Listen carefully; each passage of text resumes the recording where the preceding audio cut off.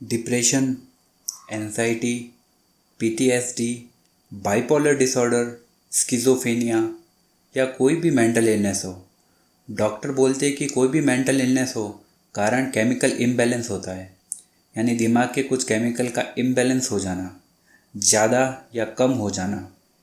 पर रिसर्च कुछ और बताती है जनाब। हाँ, यह बात सही है कि मेंटल इलनेस में केमिकल जैसे डोपामिन या सेरोटोनिन ज़्यादा या कम हो जाते हैं, पर यह बात कोई भी मेंटल इलनेस का सिम्टम होता है, लक्षण होता है, उसका कॉज या कारण नहीं। असल में आज तक किसी को भी यह पता नहीं चल पाया है कि केमिकल इम्बैलेंस से डिप्रेशन होता है या डिप्रेशन से केमिकल इम्बैलेंस। मैं एक बार फिर कह रहा हूँ, दिमाग में केमिकल का इम्बैलेंस हो जाना डिप्रेशन का एक लक्षण यानी सिम्टम है, उसका कारण नहीं। रिसर्च ये बताते हैं कि अगर कोई हेल्दी इंसान 3 दिन तक नहीं सोए तो उसे भी केमिकल इम्बैलेंस हो सकता है।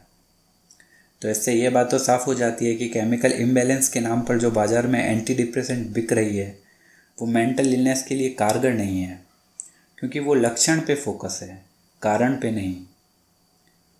ऊपर मैंने अभी 2 शब्द बोले हैं, डोपामिन और सेरोटोनिन।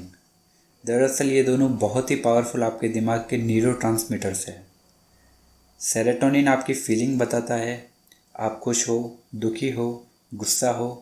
डोपामिन आपकी सोचने समझने की क्षमता बताता है, जैसे आपके विचार, आपकी समझ आदि। डिप्रेशन के केस में दिमाग में सेरोटोनिन केमिकल का लेवल कम पाया गया है, और स्किज़ोफ्रेनिया, बाइपोलर डिसऑर्डर या साइकोसिस के केस में डोपामिन केमिकल का लेवल ज़्यादा पाया गया है। बाजार में बिक रही एंटी डिप्रेसेंट कैसे काम करती है, आइए जानें। पानी की टंकी। सोचिए आपका दिमाग एक बड़ी पानी की टंकी है जिसमें काफ़ी तरह के अलग अलग नल हैं। ये नल दरअसल न्यूरोट्रांसमीटर्स है, जैसे डोपामिन, सेरोटोनिन, नोराएड्रेनालिन आदि। जब आप खुश होते हो तो सेरोटोनिन के नल से सेरोटोनिन आपके दिमाग की टंकी में रिलीज़ होता है। जब आप कोई बड़ा काम कर लेते हो या कोई अचीवमेंट की खुशी मिलती है तो डोपामिन के नल से डोपामिन आपके दिमाग की टंकी में रिलीज़ होता है। एक्सरसाइज करने पर एंडोर्फिन के नल से एंडोर्फिन रिलीज़ होता है। अब सोचिए कि आपके दिमाग की टंकी में नीचे की ओर वापस इन केमिकल्स को बाहर निकालने के लिए यहाँ एग्जिट पाइप दे रखे हैं। हर केमिकल के लिए उसका पर्सनल एग्जिट पाइप होता है, जिसे रिसेप्टर्स बोलते हैं। यह एग्जिट पाइप होने भी ज़रूरी है ताकि टंकी में एक केमिकल जाने के बाद में दूसरा केमिकल भी आ सके। एक हेल्दी दिमाग इसी तरह काम करता है। जब भी कोई मानसिक बीमारी होती है तो रिसर्चर ने ये पाया कि दिमाग में ज़रूरत से ज़्यादा या ज़रूरत से कम केमिकल्स होते हैं। जैसा मैंने पहले बताया था, यह बात आज तक कोई जान नहीं पाया कि डिप्रेशन की वजह से केमिकल इम्बैलेंस होता है या केमिकल इम्बैलेंस की वजह से डिप्रेशन होता है। नतीजा, डॉक्टर्स केवल टंकी में केमिकल्स को बढ़ाने वाली दवाइयाँ देते हैं।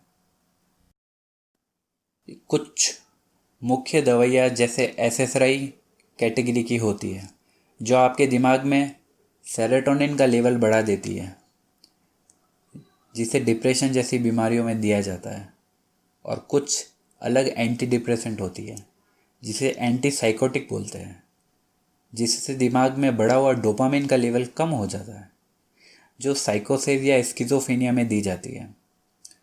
ये दवाइयाँ मेंटल इलनेस यानी दिमागी बीमारी के लक्षण यानी सिम्टम्स को तो ठीक कर लेती है, लेकिन कारण या कॉज को ठीक कर नहीं पाती। इन दवाइयों से ज़रूरत से ज़्यादा सेरोटोनिन के नल से सेरोटोनिन छोड़ा जाता है और डोपामिन के नल से बहुत कम डोपामिन छोड़ा जाता है। इसके फलस्वरूप शरीर में साइड इफ़ेक्ट्स होने लगते हैं, जैसे सेक्स ड्राइव का चला जाना, फैटिग यानी थकान, डोपामिन कम होने की वजह से मोटिवेशन नहीं आ पाना, कुछ भी नया सोचने समझने की क्षमता पर असर पड़ना। इंसान के दिमागी परेशानी वाले लक्षण तो चले जाते हैं, पर वो जिंदा लाश बनकर रह जाता है। केवल सोना, खाना खाना, फ्रेश होना, यही सब वह कर सकता है। इन दवाइयों से केवल उसकी फैमिली को फ़ायदा होता है। पेशेंट पर क्या बीत रही है वो सिर्फ पेशेंट ही जानता है। एक नई टेक्निक। मैं मेरी बीमारी से पिछले 10 साल से लड़ रहा था। मुझे सबसे पहले एंजाइटी थी, फिर डिप्रेशन हुआ और कुछ सालों बाद बाइपोलर डिसऑर्डर हो गया। डॉक्टर ने बोला मैं कभी भी ठीक नहीं हो पाऊँगा। मुझे एसएसआई और एंटीसाइकोटिक मेडिसिन दी गई। मेरी लाइफ पूरे तरीके से ख़राब हो गई थी। दोस्तों, मैंने कई बार आत्महत्या के बारे में भी सोचा। दवाइयों से मैं पूरा जिंदा लाश बन गया था। कोई इमोशन नहीं, ना खुशी ना गम, बस जी रहा था। एक रात ऐसे ही इंटरनेट पर सर्फिंग करते वक्त मुझे एक आर्टिकल मिला जिसकी हेडिंग थी एंड ऑफ सफरिंग्स। मैंने वो आर्टिकल पूरा पढ़ा। उसमें डिप्रेशन की एक अलग ही थ्योरी बताई हुई थी।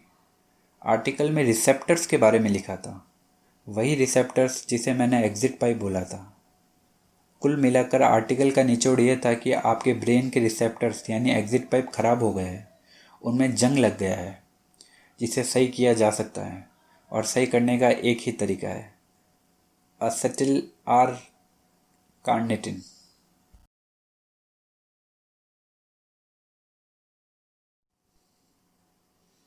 जी हाँ दोस्तों, असेटिल एल कार्निटिन। मैंने ये नाम पहली बार सुना था, फिर पता चला मुझे यह एक तरह का एमिनो एसिड होता है जो ब्लड से ब्रेन तक पहुंच जाता है। रिसर्चर्स ये बताते हैं जिनको भी डिप्रेशन या कोई भी मानसिक बीमारी होती है उनमें असेटिल एल कार्निटिन का लेवल बहुत ही कम पाया जाता है। असल में यह आपके दिमाग में जाकर आपके सारे रिसेप्टर्स को ठीक कर देता है, जैसे डोपामिन रिसेप्टर्स को। माना जाता है इन एग्जिट पाइप यानी रिसेप्टर्स में गड़बड़ी ही मानसिक बीमारी को जन्म देती है। ये रिसेप्टर्स कैसे भी ख़राब हो सकते हैं, जैसे ज़्यादा शराब पीना, सिगरेट पीना, गांजा पीना, बचपन में बहुत बार मैस्टरबेशन करना आदि। ज़्यादातर ये पाया गया कि रिसेप्टर्स बचपन से किशोर अवस्था के बीच ही ख़राब हो जाते हैं। असेटिल एल कार्निटिन इन सारे रिसेप्टर्स को ठीक कर देता है। दोस्तों, मैं सच कह रहा हूँ, मैंने जितनी भी दवाइयाँ ली थी वो कुछ भी नहीं कर पाई।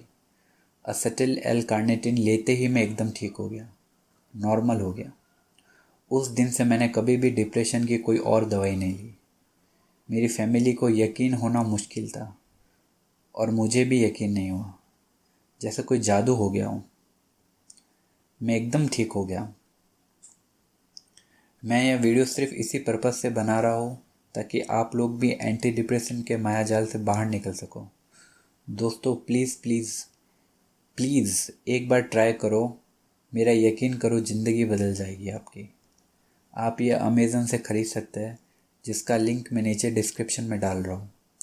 वहाँ से इसे ख़रीदें और हमेशा के लिए आज़ादी पाए मानसिक बीमारी से।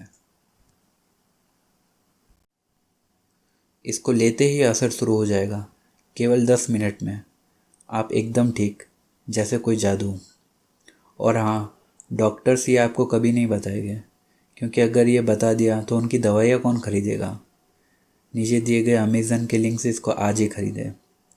दोस्तों, मैं आपकी समस्या समझता हूँ, इसलिए बोल रहा हूँ। प्लीज़ मेरे पे यकीन करो, आपकी लाइफ चेंज हो जाएगी। मैंने खुद ने इससे चेंज फील किया है, वो भी केवल 10 मिनट में। प्लीज़ भरोसा रख कर एक बार ट्राई करो। और हाँ, इसके कुछ साइड इफ़ेक्ट्स भी हैं, जैसे इससे आपका कॉन्फिडेंस बढ़ जाएगा, लाइफ में कुछ करने के लिए मोटिवेशन आएगा, आपकी सेक्स लाइफ और मेमोरी भी शार्प होगी।